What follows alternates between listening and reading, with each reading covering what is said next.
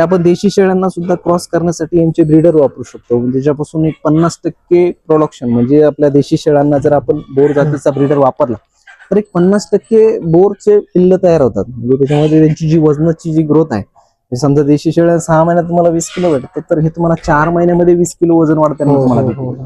एवढा तफावत आपल्याला या ब्रीड मध्ये जाणवतो.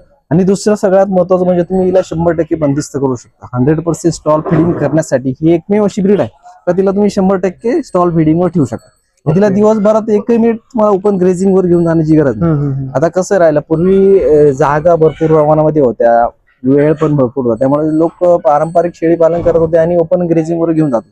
पण आता तेवढ्या जागा पण शिल्लक राहिलेल्या नाहीत आणि वेळ पण नाही. तर या दोन्ही गोष्टींना आपल्याला एक खूप चांगला हा बेनिफिट आहे याच्यामध्ये.